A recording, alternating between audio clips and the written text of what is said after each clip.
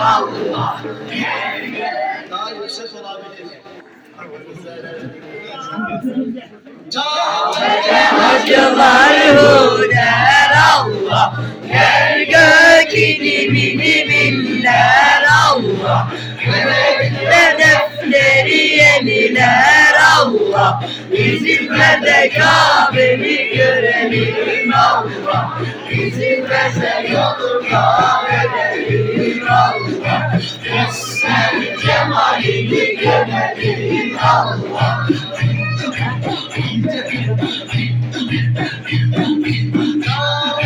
Yolları taşlıdır Allah.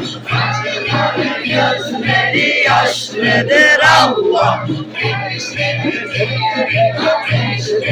Allah izin ver de Kabe'mi görelim Allah. İzin ver de yolunda erelim Allah. Göster cemalini görelim Allah. Cemalinde güzel,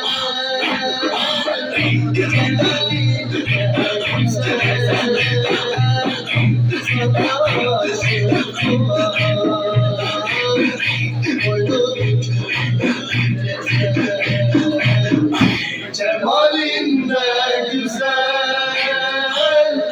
celalinde güzel, sana aşık olan boynu bükülür güzel, cemalinde güzel.